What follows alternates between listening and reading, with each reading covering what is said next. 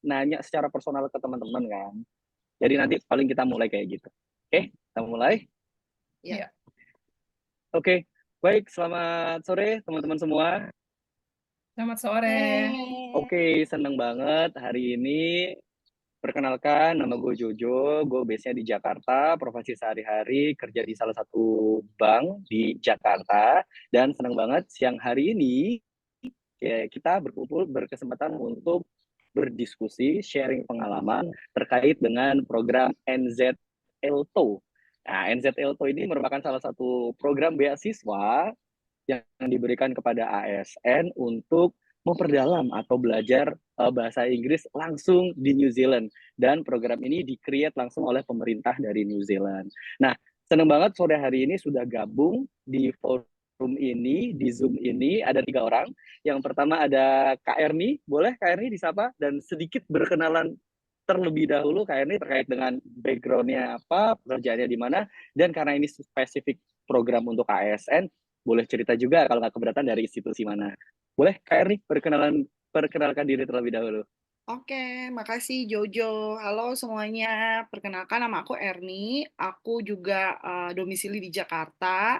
Pekerjaannya sekarang di Kementerian Koperasi dan UKM gitu. Mungkin itu dulu Oke, aja thank kali you ya. banget. Thank you. Ya, Thank thank you you. banget Kak Erni.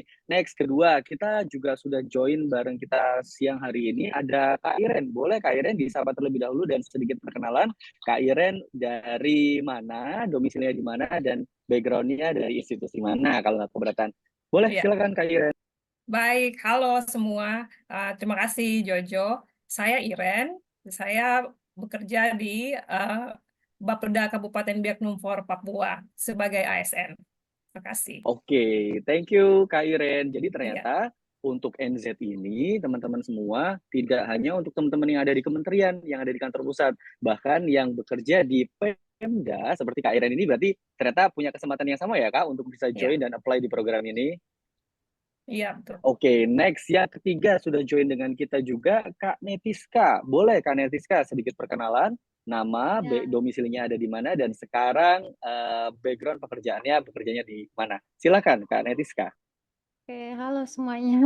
Aku Netiska Triwananda, ASN di Kementerian Dalam Negeri. Domisilinya sebenarnya di Jakarta, tapi sekarang lagi lanjut kuliah di Korea. Terima kasih. Wah, thank you banget Kak Netiska. Jadi kalau tadi Kak Erni dan Kak Iren sekarang lanjut kerja, kalau Kak Netiska beda ya. Sekarang berarti pekerjaannya sekarang oke, libur dulu kerjanya, disuruh belajar dulu gitu ya Kak.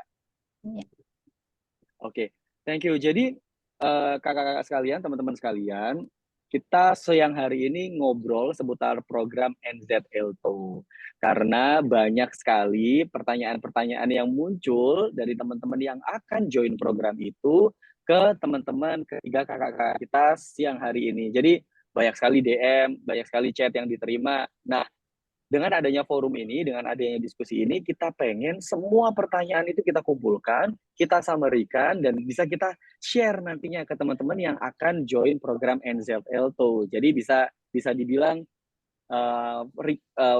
forum kita hari ini, diskusi siang hari ini akan kita share kakak rencananya ke calon-calon peserta NZL tuh untuk memudahkan mereka mendapatkan informasi baik sebelum, ketika, maupun nanti setelah menyelesaikan program itu. Oke, untuk memberikan pemahaman yang sama kakak-kakak, sebagai orang luar yang belum tahu NZL itu seperti apa, belum pernah dengar secara langsung NZL itu apa, boleh nggak di-sharing kakak-kakak, NZL itu sebenarnya program apa, penyelenggaranya siapa, dan kurang lebih durasinya berapa lama, dan tujuannya untuk apa sih? Boleh kakak-kakak ada yang bisa sedikit memberikan brief singkat terkait program NZL itu seperti apa? Silakan mungkin Kak Erni, Kak Iren, atau Kak Netiska. Iya. Oke, mungkin sedikit aku jelaskan dulu ya, nanti teman-teman mungkin bisa tambahin. Ya, jadi NZ Elto itu English English Learning Program for official ya. Jadi memang pemerintah New Zealand itu memberikan beasiswa kepada teman-teman ASN di Asia Tenggara untuk memperdalam bahasa Inggris kita semua gitu. Tujuannya tentunya untuk mempererat hubungan diplomatik nantinya kalau memang ASN kita ini udah lancar gitu. Jadi hubungan diplomatik antar kedua negara nanti diharapkan juga akan lebih lancar gitu ke depannya. Nah, programnya ini sedianya sebelum COVID itu 6 bulan nih Jo sebenarnya. Nah, tapi setelah COVID kebetulan kita tuh batch pertama yang berangkat setelah COVID. Nah, setelah COVID itu di redesign jadi cuma 3 bulan. Tapi setelah 3 bulan itu kita diminta balik ke negara kita bikin suatu project. Nah, setelah itu kita kembali berkumpul di suatu tempat yang si penyelenggara ini atau pemerintah New Zealand ini tentukan. Nah, di batch kita kemarin kita kumpul lagi di Bangkok di bulan Januari kemarin untuk mempresentasikan proyek yang sudah kita laksanakan di negara kita masing-masing. Nah, selama di NZ, sama di New Zealand, kita tuh bener-bener programnya tuh kayak anak kuliah aja. Jadi datang ke kampus, kebetulan kita di Victoria University of Wellington. Jadi datang ke kampus, ada kelasnya, ada dosennya, ada silabusnya, ada PR-nya. Ya udah hari-hari kayak gitu, kayak orang kuliah gitu. Tapi kuliahnya karena kita waktu itu, jadi setiap batch itu ada tema-tema topik-topik tertentu yang diangkat. Nah, di batch kita itu topiknya good governance. Jadi hari-hari kita belajar tentang good governance, tapi sebetulnya tujuan dari itu adalah untuk memperdalam bahasa Inggris kita, gitu sih. Mungkin. Oke, nice. Kalau dari singkatannya dulu nih, Kak Erni, NZLTO, New Zealand English Language Training for Official. Berarti, karena ini for official, berarti spesifik hanya ASN ya, Kak Erni yang bisa apply untuk program ini? Mm-mm. Iya, khusus untuk ASN ya. Mungkin Kak Iren nanti ada yang mau ditambahin. Ini Gilang juga udah gabung. Iya, saya tambahkan sedikit. Betul, program NZLTO atau biasa kita bilang ELTO memang khusus untuk ASN saja. Dan ya tujuan jangka panjangnya seperti yang Erni bilang tadi, harapannya peserta yang mengikuti, peserta ASN yang mengikuti program ini nantinya di kemudian hari bisa menjadi orang-orang yang membantu dalam hubungan diplomasi antara Indonesia dan Selandia Baru dalam berbagai bidang. Gitu. Jadi ini hubungan baik yang dibangun selama bertahun-tahun dan setiap tahun diadakan lewat program ini. Ada juga program lain tentu saja yang dilakukan oleh kedua negara, tetapi salah satunya ini yang menyasar lewat bidang pendidikan, tetapi targetnya untuk ASN. Begitu. Oke, thank you banget Kak Iren buat tambahannya. Nah, teman-teman, kakak-kakak sekalian, kalau boleh tahu, untuk program NZLTO, ini informasinya dipublish kah? Atau memang spesifik program tertentu dari pemerintah New Zealand yang dimana mereka langsung kontak ke kementerian masing-masing? Karena kalau misalkan terkait short course atau mungkin beasiswa, kan kita tahu beberapa nama-nama yang umum yang semua orang bisa apply. Nah, kalau NZLTO ini kan jujur seperti saya juga baru dengar kalau ada namanya program NZLTO. Nah, kalau dari kakak sekalian, dari mana sih sebenarnya kakak-kakak ini bisa tahu ada program NZLTO dan bisa join di sana gitu? Boleh di-sharing ke teman-teman sekalian? Ya, mungkin Netis bisa kasih info dulu, Netis.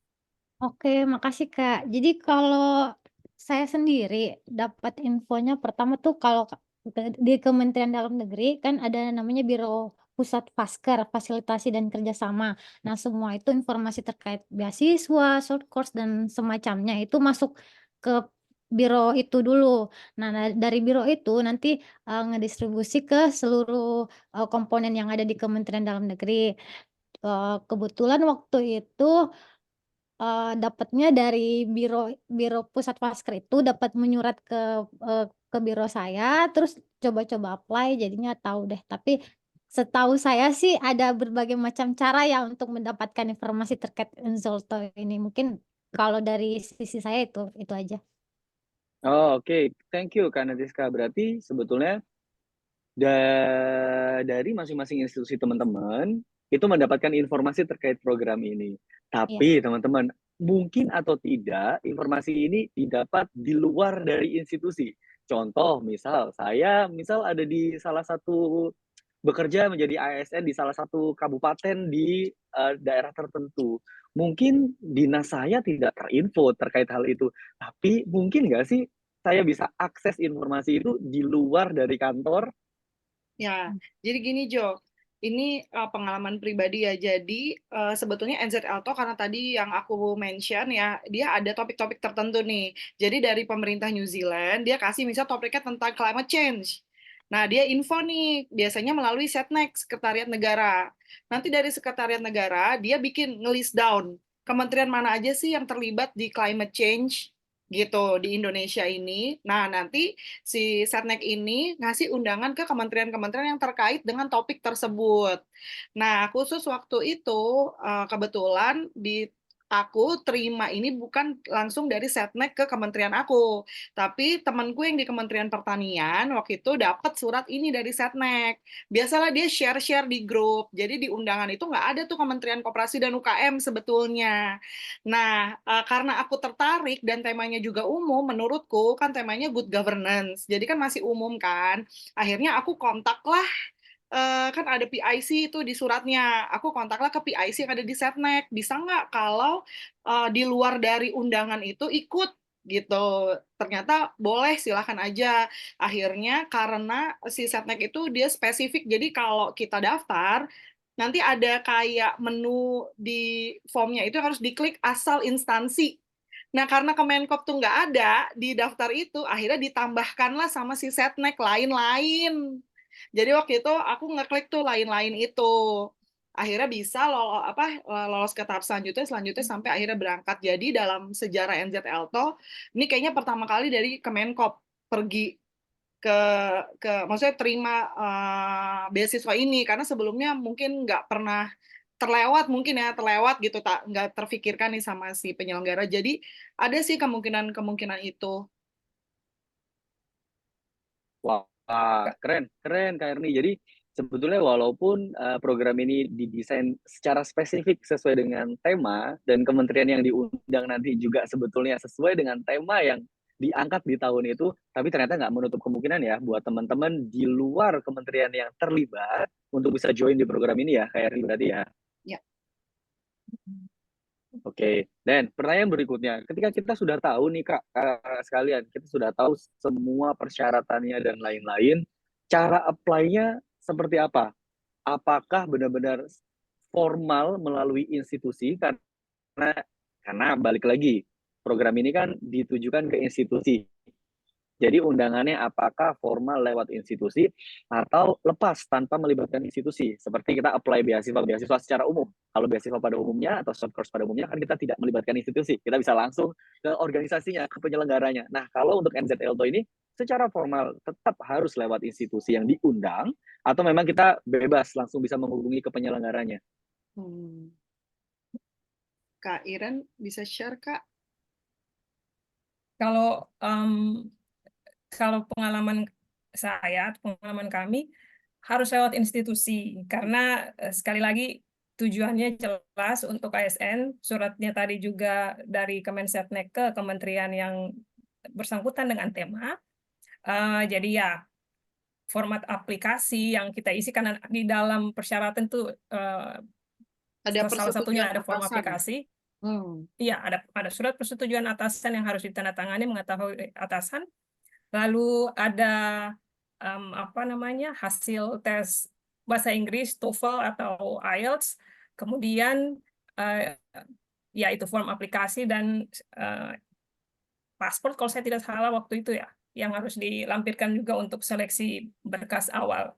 Tapi saya tambahkan sedikit yang pertanyaan sebelumnya, kalau di kasusnya saya sebagai local government, sebagai Pemda, itu surat seperti ini tidak sampai ke daerah.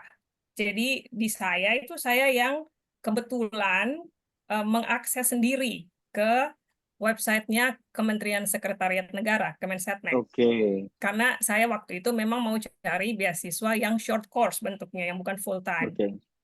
Jadi bukan full term yang master degree atau doktoral. Jadi di dalam website Kemensetnek ada menu kerjasama teknik luar negeri yang saya akses. Di dalam situlah ada informasi tentang beasiswa yang mereka upload semua surat-surat yang berhubungan dengan beasiswa yang ke luar negeri. Sayangnya sekarang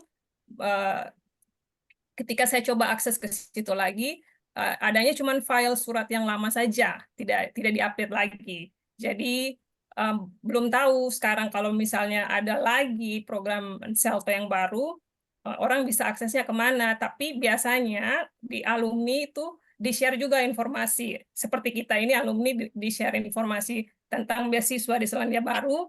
Harapannya kita bisa teruskan ke teman-teman kita di lingkungan kerja. Begitu.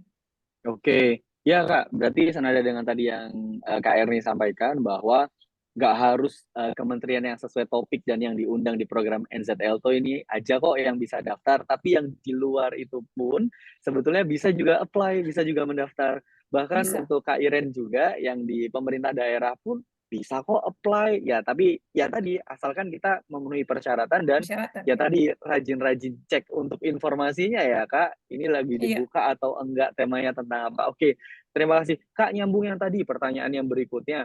Kakak tadi sempat mention kalau salah satu persyaratan programnya itu tetap ada tes TOEFL atau IELTS. Berarti itu mandatori ya Kak di program ini, walaupun judulnya adalah program untuk meningkatkan kemampuan berbahasa Inggris, tapi tetap di awal seleksi kita tetap diminta untuk submit hasil tes IELTS ataupun TOEFL ya Kak berarti?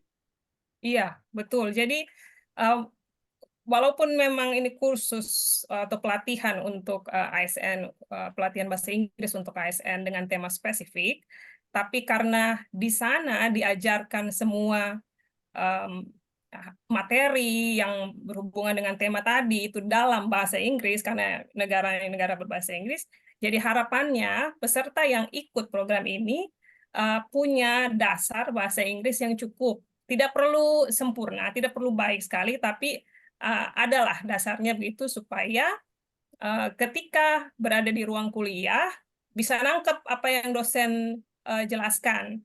Karena yang diajarkan pun tidak level bahasa Inggris yang di bawah sekali, dari dasar begitu juga tidak.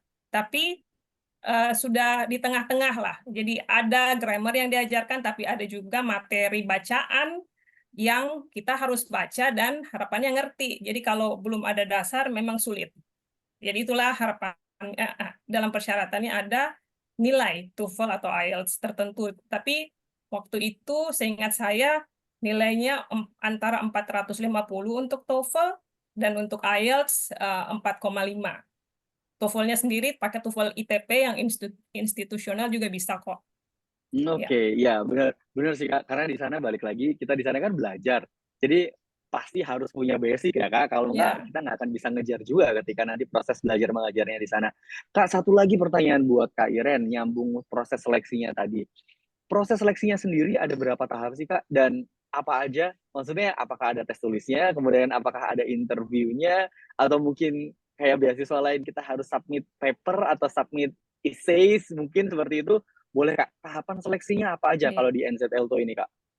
Ini nanti teman saya berdua juga bisa nambahin ya. Yang saya ingat seleksi awal itu seleksi berkas, ada form aplikasi yang mesti diisi, yang tadi ada izin atasan juga di situ. Kemudian ada soft copy pasport, terus hasil TOEFL atau IELTS-nya, dan kasusnya saya karena Pemda, saya harus juga masukkan surat pengantar dari instansi yang ditujukan kepada Kepala Pusat Fasilitasi Kerjasama Kemendagri, karena saya lokal. Kalau kementerian tidak perlu surat itu. Nah, itu yang seleksi awal. Kalau sudah lulus, nanti beberapa minggu setelah itu mereka akan periksa berkas, dan kalau sudah lulus seleksi awal di email untuk ikut seleksi berikutnya, yaitu tahap wawancara. Wawancara itu nanti secara online, waktu itu saya via Skype dari tempat kursus bahasa Inggris yang ada di Surabaya waktu itu, dan yang interview orang bule, dan mereka tanya seputar pekerjaan saya dan harapan yang nanti saya harapkan jika sudah selesai mengikuti program tersebut yang ada hubungannya dengan peningkatan kapasitas kerja saya di instansi. Begitu. Jadi di form aplikasi seleksi awal tadi yang seleksi pertama, poin itu juga sebenarnya sudah dituliskan di dalam form itu apa yang diharapkan dari program tersebut. Nanti di wawancara ditanya lagi, jadi mau dicari tahu konsistensi dari jawaban kita sebenarnya konsisten atau tidak gitu. Itu saja sih yang saya ingat. Setelah itu tahap berikutnya baru nanti akan ada kelas persiapan, tetapi kasusnya kami karena itu pas COVID, jadi itu di skip. Teman-teman lain boleh nambah, Erni atau Netis. Iya. Ya sama kok Kak, benar sama. Jadi nanti yang paling penting tuh menurut aku juga pas interview, karena yang interview tuh native. Jadi paling nggak kita tuh nyambung gitu apa yang ditanyain sama yang kita jawab gitu, karena itu mengukur kemampuan bahasa Inggris kita juga kan. Kira-kira nih nanti kalau diajarin di kelas nih bisa nangkep nggak ya kayak gitu. Jadi itu sih paling penting sih, karena kalau berkas kan kita masih bisa pakai Google Translate ya. Ada sih esai yang diminta, cuman nggak banyak, kayak cuma apa relevansi antara program ini dengan pekerjaan kamu, kalau kamu udah yang kayak gitu-gitu sih terkait dengan pekerjaan dan program kayak gitu, dan itu nggak terlalu panjang esainya. Nah itu kan kalau itu masih bisa diakalin ya istilahnya. Nah pas interview itu tuh yang sama native mungkin bisa dipersiapkan lebih matang sih. Ya. Oke, berarti bisa aku samarin. Seleksinya tetap ada seleksi dokumen. Setelah seleksi dokumen itu nanti akan ada seleksi interview. Dan kemudian sebetulnya ketika program reguler harusnya ada kelas preparation-nya dulu, tapi karena kemarin COVID jadi di skip. Dan pengumumannya dikirim via email ya Kak, berarti Ya, untuk masing-masing peserta yang lolos semuanya akan dapat email. email. Kurang lebih Ya, seperti itu ya prosesnya. ya, Oke, aku Bentar Mas, boleh mau ke Kak nambahin. Netis kan? ya. Boleh, silakan Kak. Seingat aku, setelah interview itu masih ada satu kali tes lagi. Itu tes TOEFL tapi online. IELTS. Iya IELTS tapi online. Nah terus udah itu jadi berkas interview terus IELTS online. Nah terus harusnya kan ada preparation itu. Kalau kata senior aku yang masih dapat sebelum corona, katanya sih yang preparation itu masih ada tes tertulis lagi. Cuman karena kita kan dapat corona tuh, jadi kita udah nggak tes yang terakhir itu. Terus yang terkait yang esai juga, kan tadi kan udah di-mention sama Kak Erni terkait apa relevansi pekerjaan sama kurs ini kan. Nah, Kak, kalau aku sama kalau senior aku juga ngasih tahu waktu itu.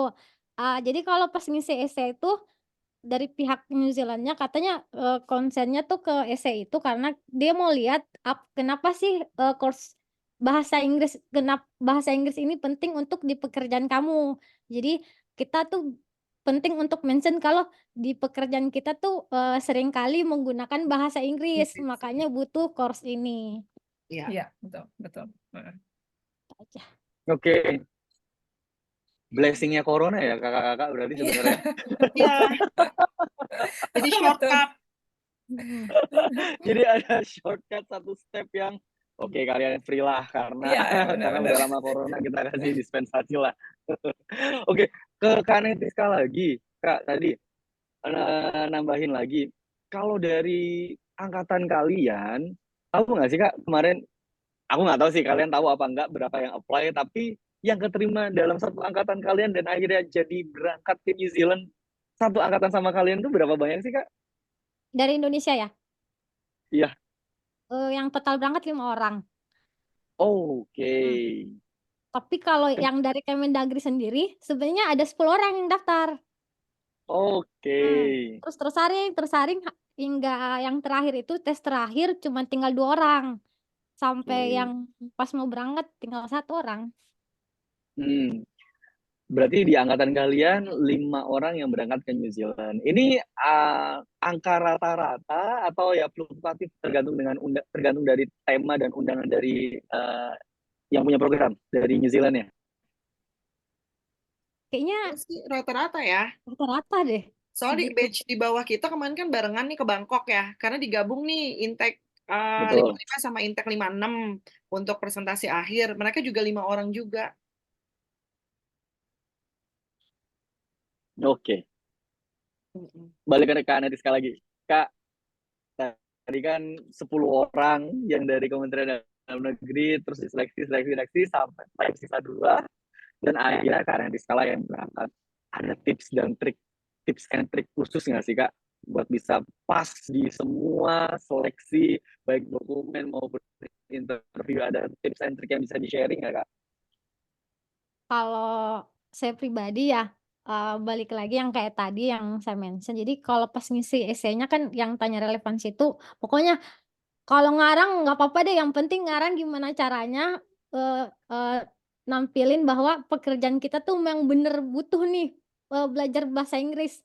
Jadi contohnya saya waktu itu sebenarnya pekerjaan aku kan nggak ada pakai bahasa Inggris sama sekali, nggak pakai bahasa Inggris, nggak ada tuh bahasa Inggrisan di pekerjaan aku. Namanya juga Kementerian Dalam Negeri ya, terus, jadi aku mikir tuh dapet dapet tips juga dari senior, pokoknya ngarang aja, pokoknya bilang aja, misalnya pas ngurus SOP, pas ngurusin, Pemda atau orang yang WNA yang mau kan Kemendagri kan ngurusin juga WNA yang mau, dapat rekomendasi, research di Indonesia. Nah, bilang aja kamu di bidang itu. Jadi kalau untuk, bicara sama mereka butuh bahasa Inggris.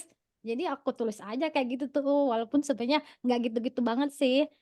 Terus pas seperti yang Kak Erni bilang, jadi kan, pas wawancara kan sama native speaker-nya itu, ya pertanyaannya balik lagi ke esai yang tadi. Jadi bagaimana kita menguatkan apa yang kita tulis dan menyampaikannya kepada si native itu bahwa, "Iya nih, pekerjaan saya butuh bahasa Inggris dan maka dari itu saya daftar si course ini," gitu. Terus udah sih kalau dari saya itu doang. Sama banyak-banyak sholat tahajud Ya kali. Kak, Ya, mungkin terakhir sebetulnya kalau itu nomor satu.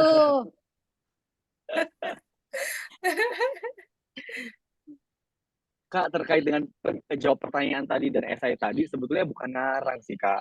Lebih ke menyampaikan potensi pekerjaan yang akan bersinggungan dengan bahasa Inggris kali ya, Kak. Kalau dibilang ngarang, aku rasa ya nggak ngarang-ngarang banget kan, Kak. Karena kan mungkin kita lihat, ternyata pekerjaan kita di depan, oh nanti ada potensi nih, pekerjaan kita bersinggungan dengan bahasa Inggris atau dengan stakeholder yang berbahasa Inggris. Akhirnya kita sampaikanlah. Mungkin sekarang belum, tapi kan ada potensi ke depannya. Jadi Ke aku depannya yakin mungkin sih aku itu nggak pindah ke sana. ngarang-ngarang juga kan, Kak.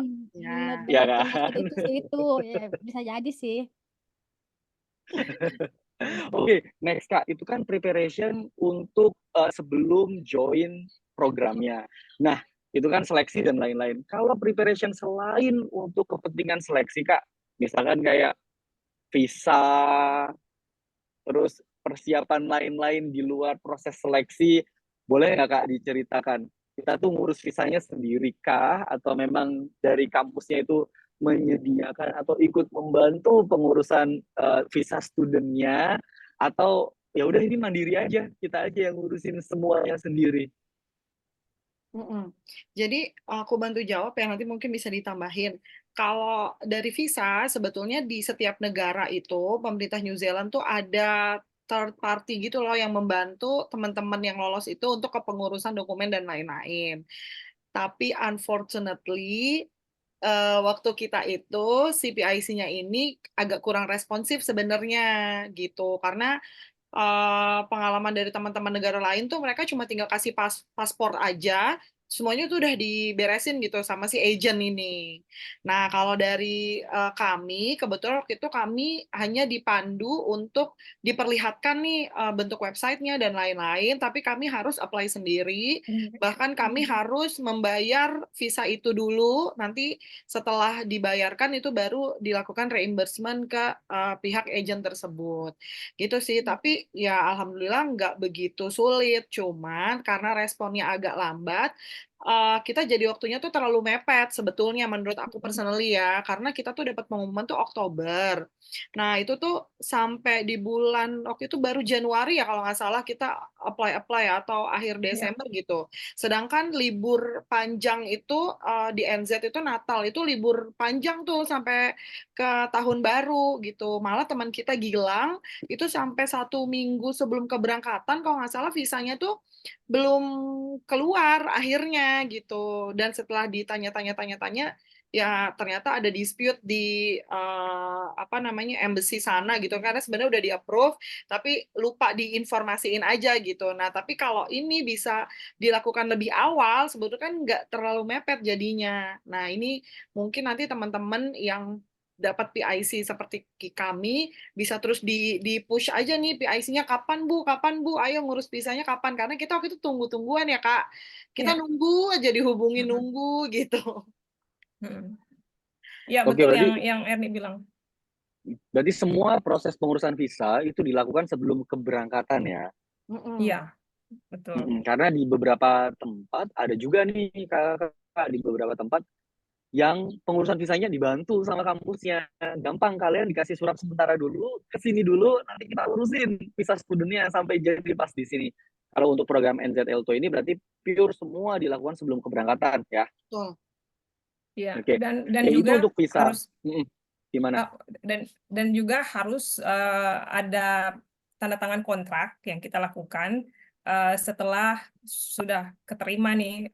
Jadi nanti ada kontrak yang harus kita tanda tangan dan kepala kantor kita juga, atasan kita juga tanda tangan kontrak itu untuk apa namanya ya untuk melegalkan kita untuk berangkat ke sana dan juga nanti untuk menjamin membebaskan kita dari pekerjaan di tempat kerja selama mengikuti program. Itu penting supaya nantinya kita tidak terbebani juga dengan pekerjaan dan juga apa namanya pengurusan-pengurusan lainnya lebih mudah gitu. Dan Oke.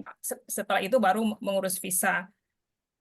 Betul kata Oke. Erne sih, harus untuk Indonesia ya, untuk kasus Indonesia, harus lebih proaktif untuk menginformasikan ke agennya bahwa ini deadline-nya harus segera diurus, jadi memang harus komunikasinya lebih intens, itu sarannya.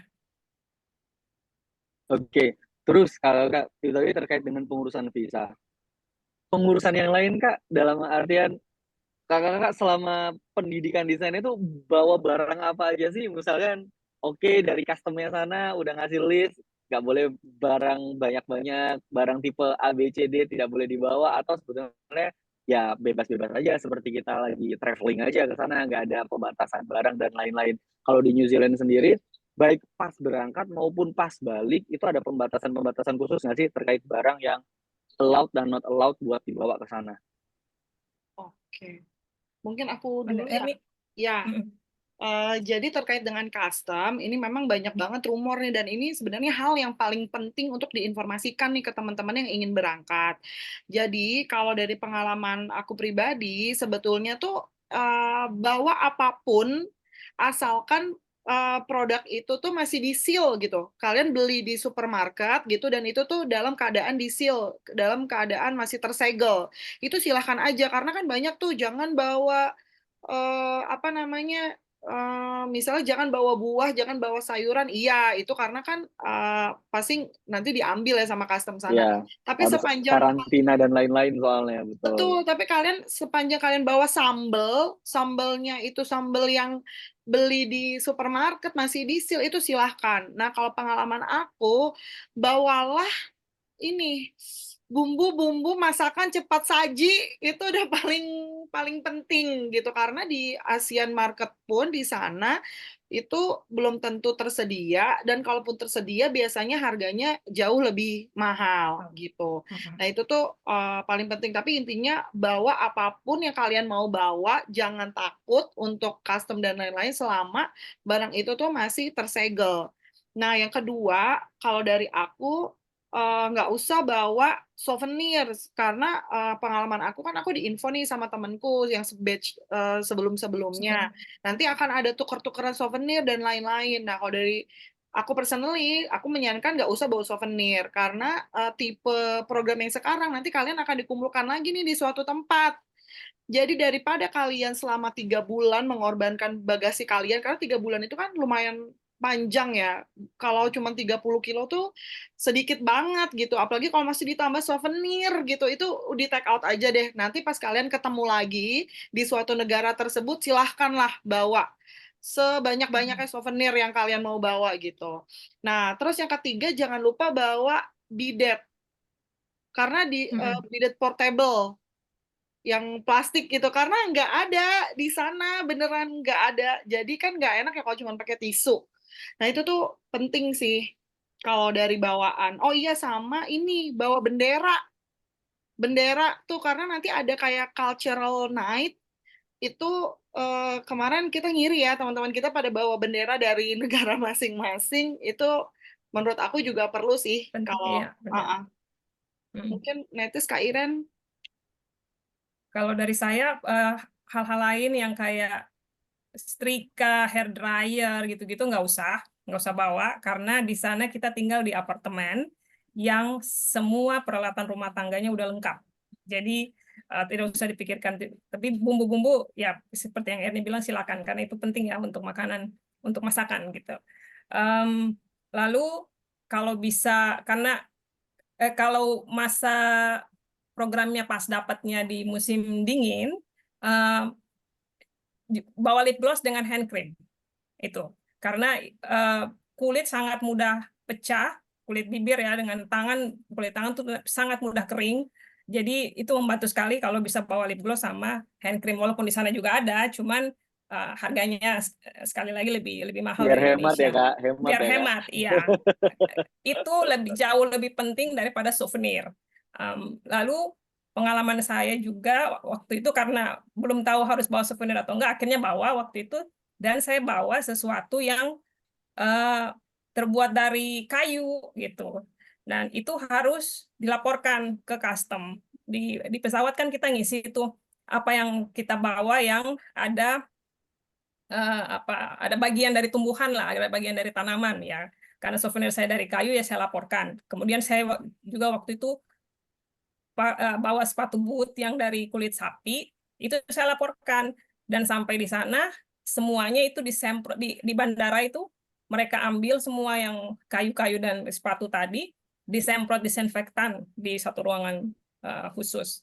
Karena standarnya mereka memang harus steril, tidak boleh ada bibit-bibit penyakit mungkin yang ada di tanaman atau di kayu gitu.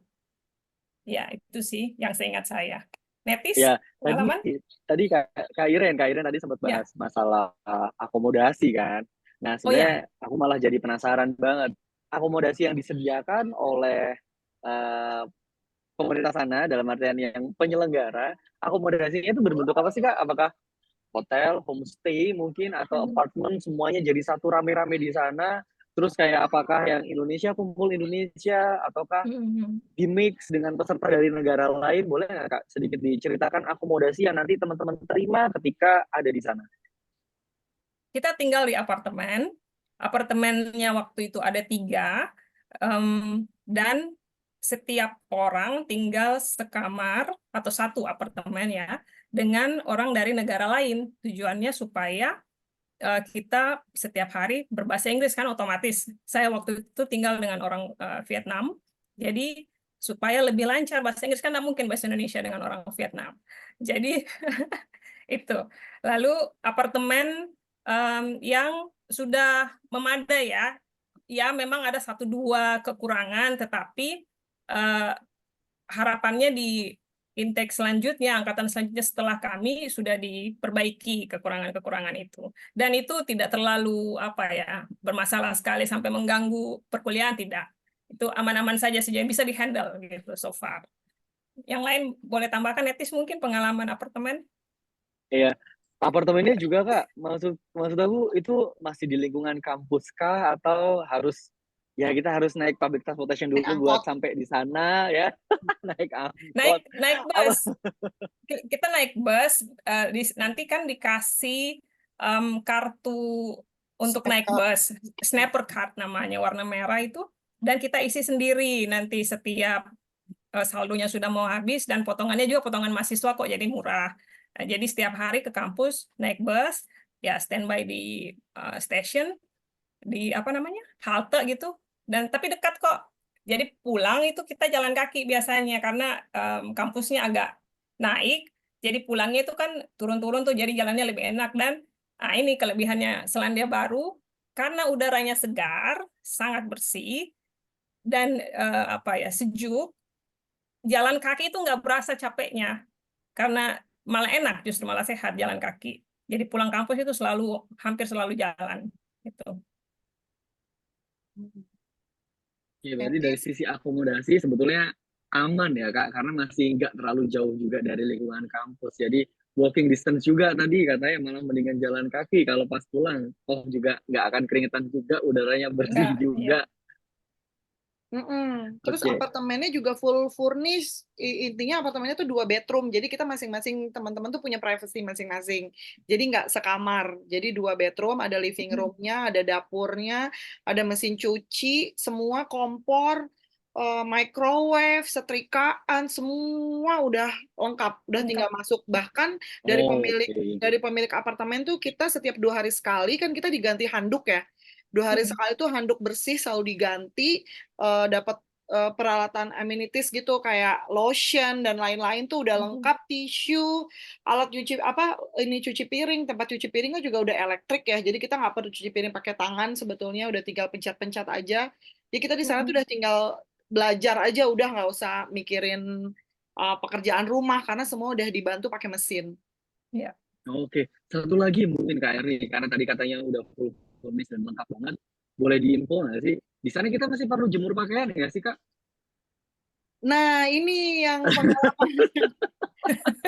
Jadi, alhamdulillah di sana kita dapat mesin cucinya tuh yang langsung kering. Sekering-keringnya. Jadi kita tinggal sekali pencet, tunggu, nanti keluar-keluar tuh baju kita udah kering, udah tinggal disetrika. Jadi nggak perlu tuh namanya jemuran-jemuran tuh nggak perlu. Malah Wellington itu kan kota terangin ya, apa sih? Kota paling berangin gitu lah. Kita Berangin, ya. Iya, kalau jemur tuh nanti terbang ya, khawatir ya nanti sampai Auckland nanti.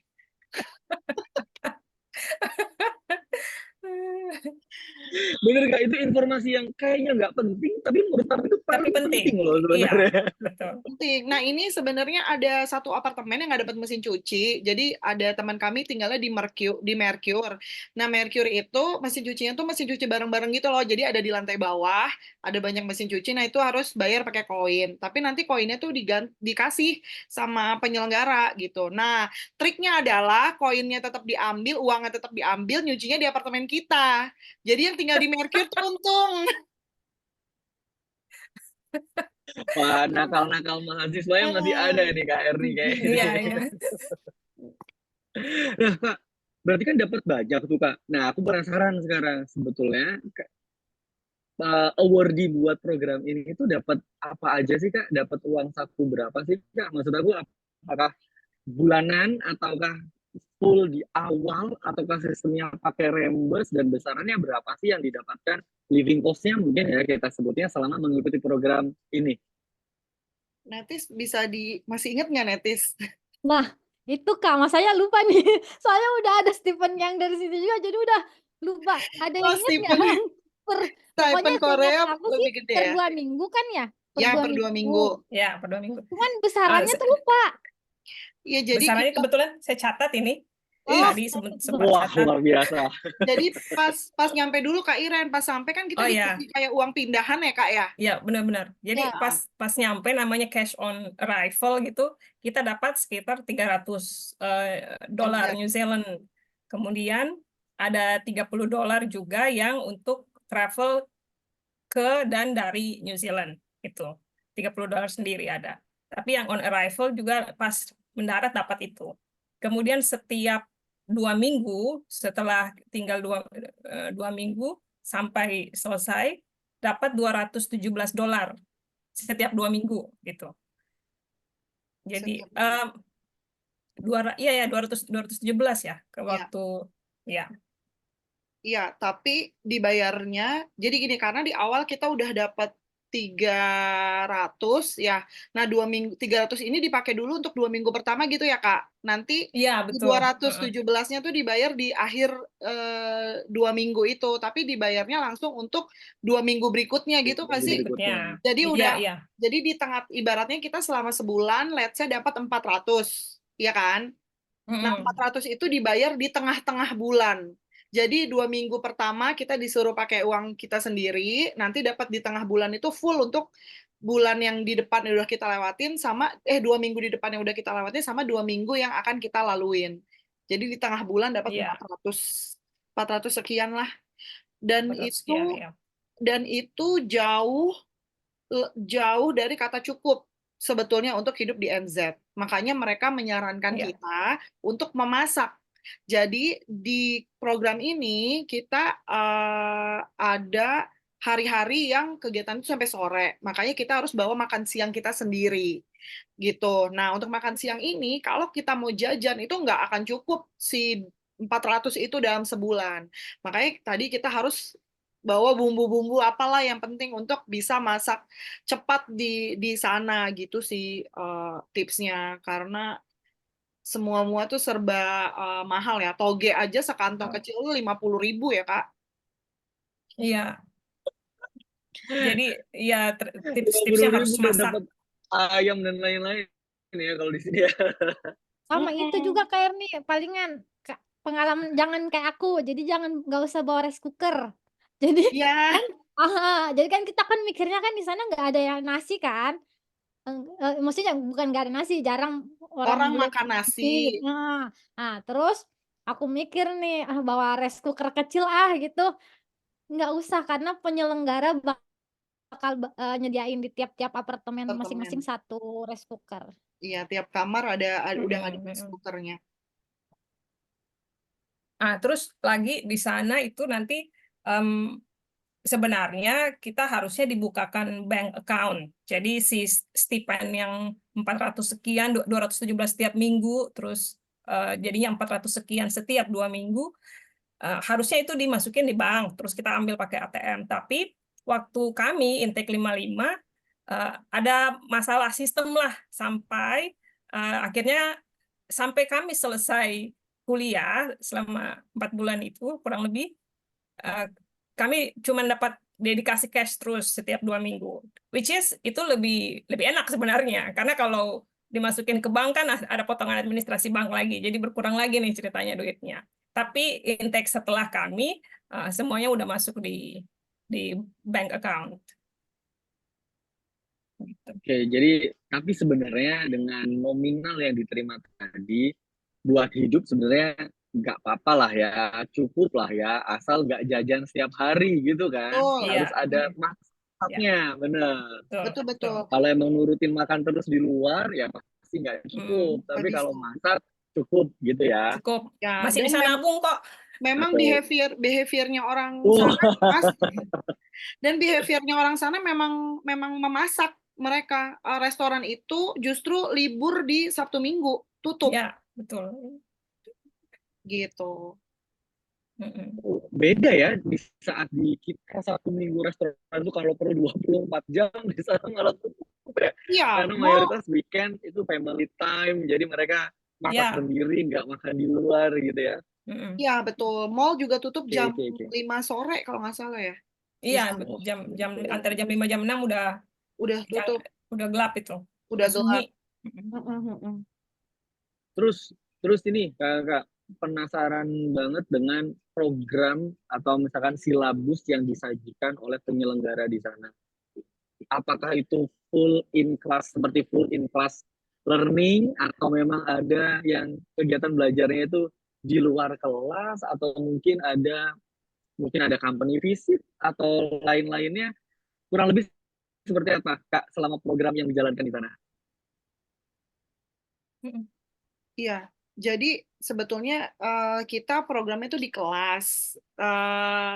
Hampir full dalam seminggu itu kita di kelas. Nah, tapi nggak selalu kita tuh belajar kayak apa ya, kayak kuliah gitu. Jadi nanti ada sesi nyanyi kayak gitu. Jadi kita ngebedah lagu misalnya. Terus ada sesi juga kita kunjungan lapangan. Misalnya kayak kita good governance, kita tuh datang ke parlemen, terus ngelihat gimana sih parlemen itu debat antara partai oposisi dan pemerintah yang kayak gitu-gitu. Terus jadi ada aktivitas-aktivitas tertentu yang nanti kita ada field trip juga, ada field trip ke suatu kota bareng-bareng naik bus, ngelihat warga lokal kayak gitu. Tapi memang hampir setiap hari kita tuh ada di kelasnya gitu.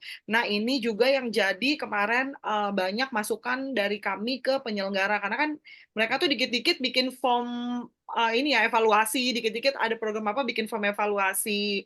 Nah, itu yang kita sampaikan ke mereka bahwa kalau bisa kuranginlah aktivitas di kelas gitu. Lebih banyak kita misal dikasih tugas suruh interview orang lokal misalnya terus nanti kita presentasi hasil interviewnya misalnya kayak gitu. Itu kan mungkin lebih jauh lebih menyenangkan ya dan kita juga jadi banyak waktu luang untuk lebih mengeksplor New Zealand itu sendiri gitu sih. Mm-mm. Mm-mm.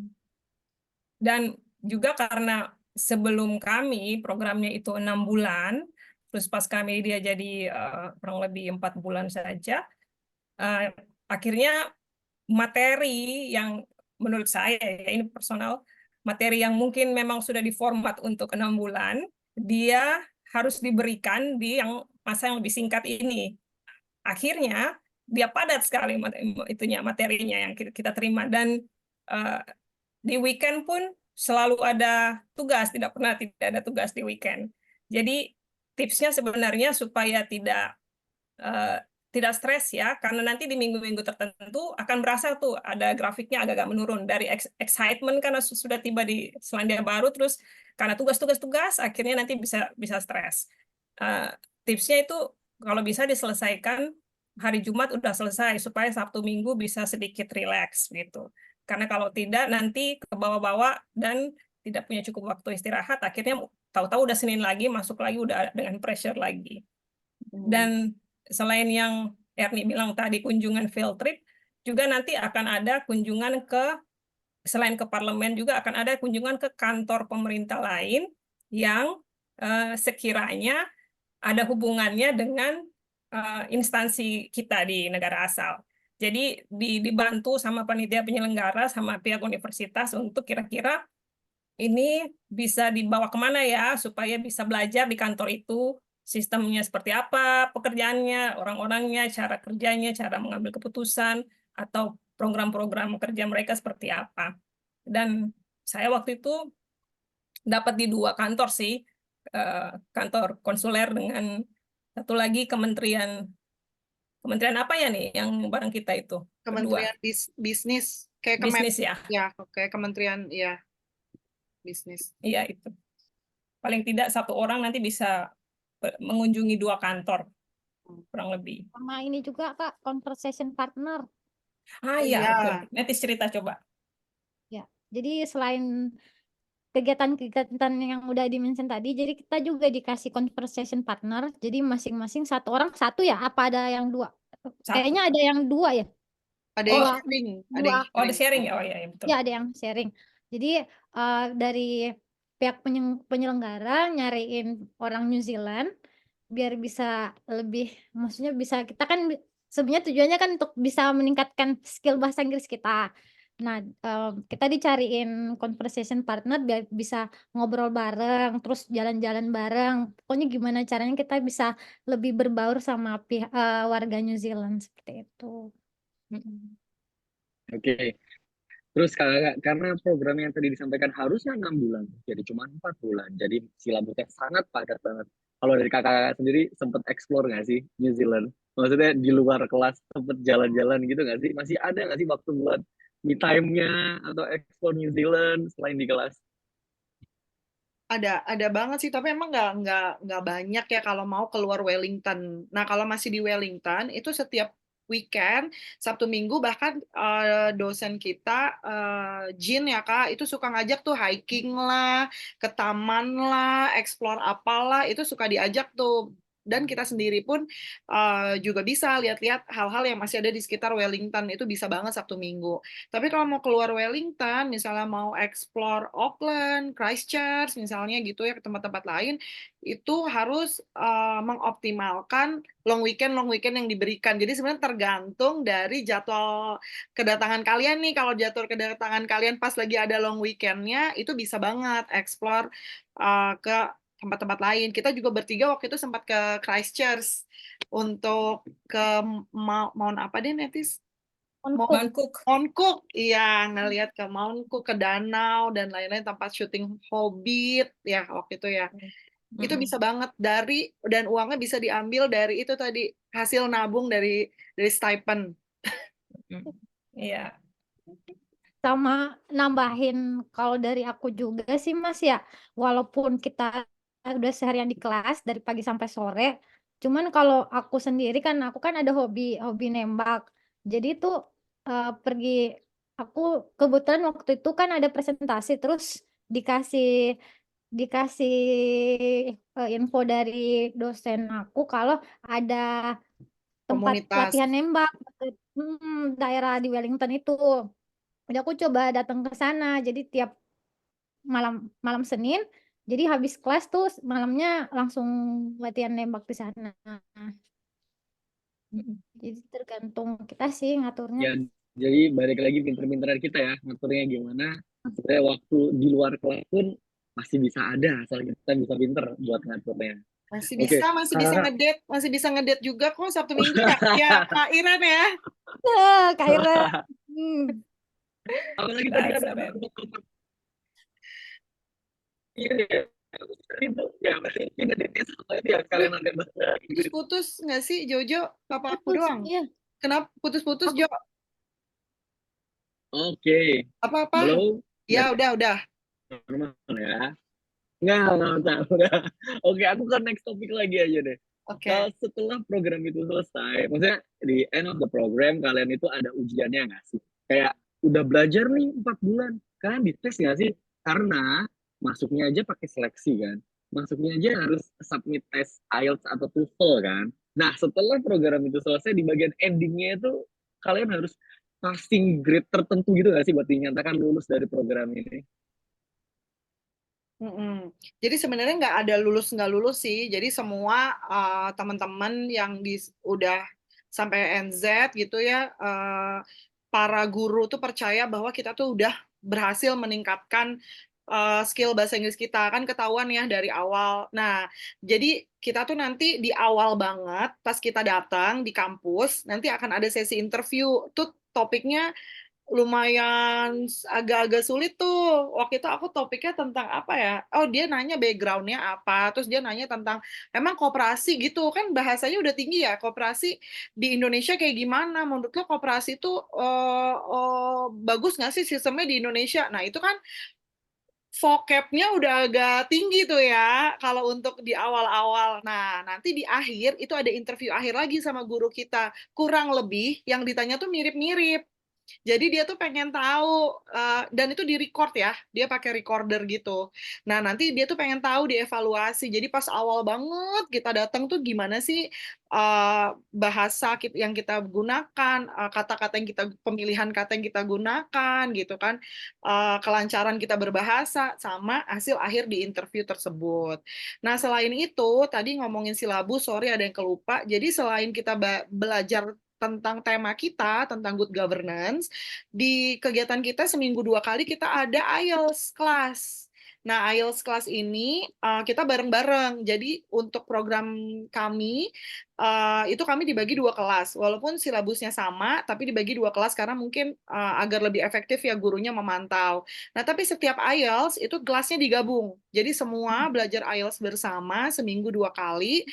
Uh, Tujuannya karena kita nanti di akhir program kita akan ada tes IELTS profesional beneran, IELTS yang dibayarin yang juta-jutaan itu kita ngikut secara gratis, tinggal bawa badan aja, nggak pakai bayar, nggak pakai apa, tuh udah dibayarin pemerintah New Zealand. Dan IELTS itu nanti bisa kita pakai untuk kepentingan kita masing-masing. Misal kayak Netis nih, Netis kan sekarang sekolah nih ke Korea. Nah, ini IELTS yang dipakai sama Netis adalah IELTS yang dari NZ ya, Netis ya, untuk Iya, Kak, apply benar. sekolah di New Zealand gitu. Nah, tapi guru kita selalu bilang, lo nggak usah stres, lo nggak usah pokoknya nggak usah dibikin pusing, dibikin fun aja. Kalaupun IELTS-nya nggak tinggi itu bukan berarti lo tuh nggak berhasil. Jadi jalanin aja tesnya. Tapi alhamdulillah kita dari Indonesia skornya lumayan Bagus-bagus. tinggi-tinggi, bagus-bagus. Sampai nih teman kita satu Netis berhasil lolos beasiswa ke Korea abis dari NZ, itu kan berarti good job Netis. Gitu sih. Oke, berarti sebenarnya memang programnya memang buat meningkatin kapasitas kita dalam berbahasa Inggris, tapi ujian tetap ada. Tapi sebenarnya itu bukan untuk menentukan lulus dan tidak lulusnya ya. Oh, Ya. Iya. nanti ketika ujian IELTS nanti skornya pun ya buat bisa kita manfaatkan buat diri kita masing-masing. Apakah kita gunakan untuk yang lain atau ya udah buat diri kita sendiri gitu ya. Ya. Oke, itu pas di sana. Nah, selesai program nih, kalian kan pasti balik lagi ke instansi masing-masing. Itu kalian ada tuntutan ya sih untuk melakukan mungkin sharing session dengan teman-teman yang ada di kantor, atau mungkin ada tugas lain yang diberikan oleh penyelenggara untuk bisa kalian lakukan di tempat kalian masing-masing.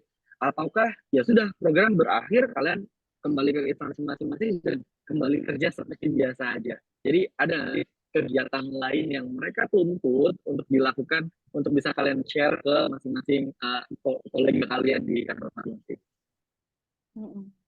Mungkin Netis, Kak Iren? Ada itu program, jadi lanjutan dari yang 4 bulan ini, nantinya kita harus ketemu lagi di satu negara di Asia Tenggara untuk presentasi pekerjaan kita. Jadi pulang itu kita sudah, sebelum pulang, minggu-minggu terakhir itu akan dibagi tugas di kelas. Apa saja yang mesti kita bikin. Dikasih pilihan sebenarnya, ada project 1 dan project 2. Dan setiap project itu tahapnya agak beda. Terus nanti kita milih mau tahap project 1 atau project 2. Terus itu kita bawa pulang, kerjain sesuai dengan instansi, lalu dibikin presentasi. Intinya cerita tentang pekerjaan kita atau apapun yang kita mau sharing dari pekerjaan kita dengan format yang sudah ditentukan sama dosen. Lalu kita persiapan itu selama kita di Indonesia dan balik lagi. Waktu itu kita baliknya bulan Januari. Dari New Zealand bulan Juni 2023, terus kumpul lagi di Bangkok Januari 2024 untuk presentasi. Jadi itu sih tugas lanjutannya. Kalau dari aku juga karena untuk di kantor sendiri ya, karena aku juga apply cari sendiri, tanya sendiri gitu kan ya. Jadi emang nggak ada kewajiban untuk di kantor itu misalnya sharing session sama teman-teman atau berbagi gitu ya. Paling secara personal sharing ke teman-teman terdekat aja. Tapi kalau official dari kantor dikasih project gitu ya, maksudnya kamu kan udah bisa nih bahasa Inggris, tolong dong ajarin misalnya teman-teman yang lain misalnya kayak gitu ya. Itu nggak ada sama sekali sih. Netis? Ya, kalau aku sih mungkin bukan dari official dari kantornya ya, tapi karena kepala bagian aku minta biar di-share ke teman-teman sebagian, jadi aku share, cuman bukan terkait buat bantuin skill bahasa Inggris teman-teman, tapi lebih ke tips and trick kayak gini doang sih, kayak ngomong-ngomong kayak gini doang, terus di sana belajar apa, terus apa yang didapat selama di sana. Terus, yang terkait, IELTS, yang simposium Thailand kemarin juga yang Kak Airin mention. Jadi, untuk tugasnya itu project yang ada di kantor kita, yang udah kita lakuin atau yang akan kita lakukan, tapi nggak bersifat rahasia. Jadi kita kayak inovasi-inovasi apa sih yang kita lakuin di kantor kita bisa di-sharing ke negara lain, biar siapa tahu bisa jadi pilot project seperti itu. Iya, dan kalau di kita relevansinya dengan good governance tentunya. Hmm. Mm-mm.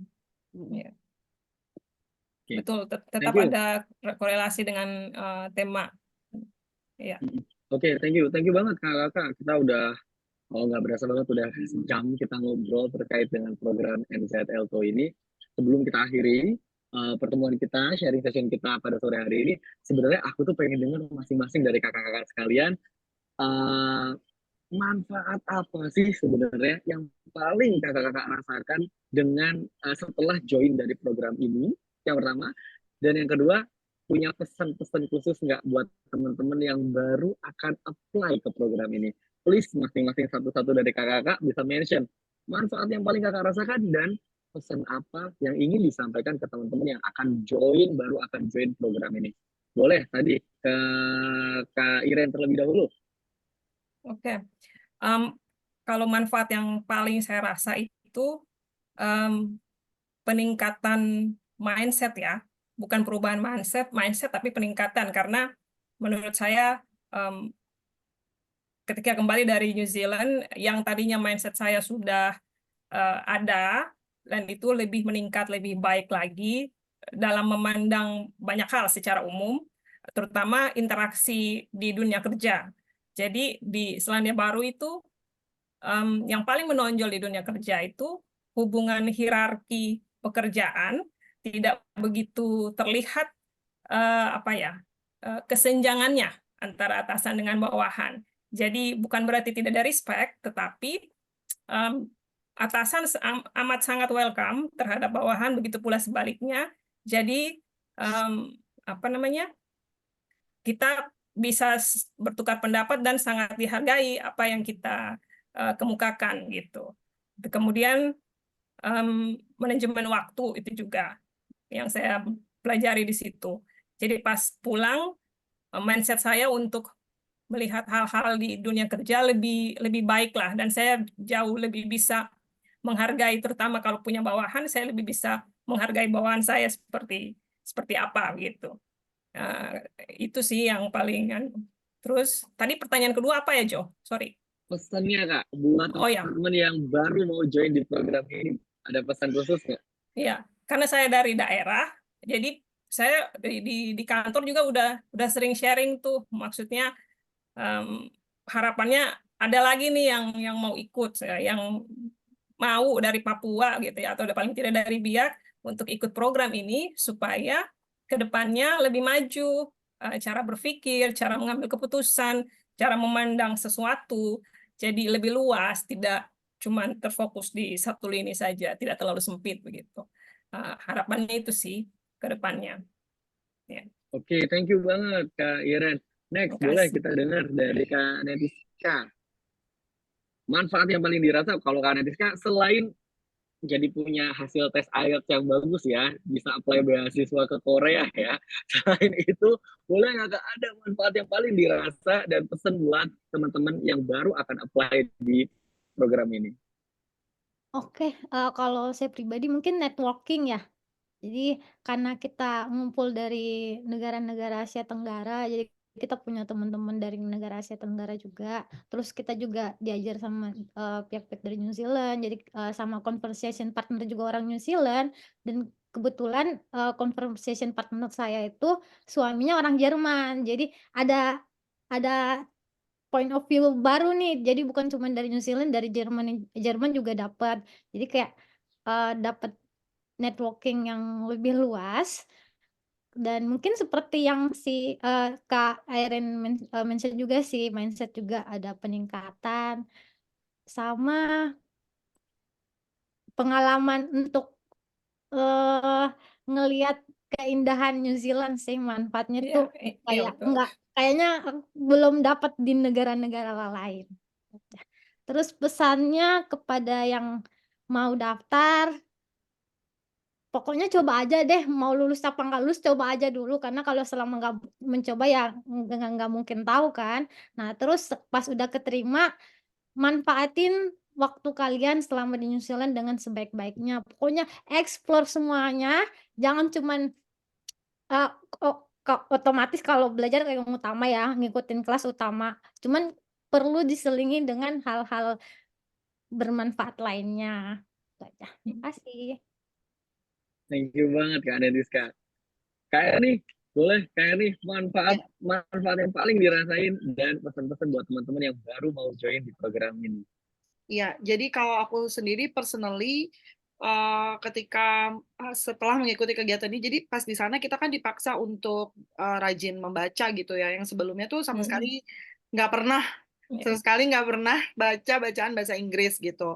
Nah ini sebenarnya bermanfaat banget, jadi sampai sekarang masih terus dilanjutin gitu kebiasaan itu, terus kalian apa, di samping tadi misalnya skill-skill, mindset, dan lain-lain, kita juga punya keluarga baru. Tadi juga kita Iya. punya teman-teman baru dari seluruh dari negara-negara ASEAN lainnya. Ketika 3 bulan, hampir 4 bulan kita tinggal bersama kayak gitu. Terus buat teman-teman juga yang mau daftar, tadi juga sama, mungkin dicoba. Kalau rezeki itu nggak akan bertukar, nggak akan kemana. Kalau yang udah keterima, kalian nikmatin, enjoy, terus make the most of it deh. Pokoknya menurut aku personally ini pengalaman terbaik seumur hidup aku deh. Bisa tinggal di negara orang, kita bukan digaji ya, kita dikasih allowance, tinggal belajar, nggak pusing, nggak kayak kuliah mungkin ya. Kalau kuliah kan agak memusingkan gitu ya. Ini short course, ini pengalaman terbaik seumur hidup aku sih. Jadi buat kalian, yuk coba Coba ya. ya, Apply. apply. Ada program buat yang non ASN nggak sih? Kayaknya aku pengen apply deh. Yang kemarin leadership itu ASN bukan nih? Yang Ah, terakhir ASN ya? enggak. Kayaknya enggak Umum ASN kan deh, ya? Kak. Enggak Yang ASN. leadership. Iya, Ya, betul. jadi mereka tuh banyak sebenarnya Jo programnya di Hmm, NZ ini, nggak cuman Laki. Elto. Ya kalau kita kan Elto ya, jadi dia tuh ada betul. berbagai beasiswa baik gelar maupun non gelar gitu. Cuman ya kalau les-les bahasa Inggris kayak gini ya kayaknya cuma buat ASN ya. Tapi nanti kalau bisa di-share apa namanya? Website beasiswa. Jadi beasiswa di Selandia Baru itu dibawahi oleh Kementerian Luar Negeri dan Perdagangan Selandia Baru, namanya MFET. Jadi dan nama beasiswanya itu Manaki Scholarship. Dan di dalam Manaki Scholarship itu ada banyak jenis beasiswa. Jadi mungkin nanti bisa di-share website Manaki, MFET Manaki, dan bisa browsing sendiri di dalam apa aja yang ditawarkan saat itu. Banyak kok, banyak jenis. Dan ada yang bukan non Oke, ASN, ada. oke. Bakal aku cari itu, Kak Iren.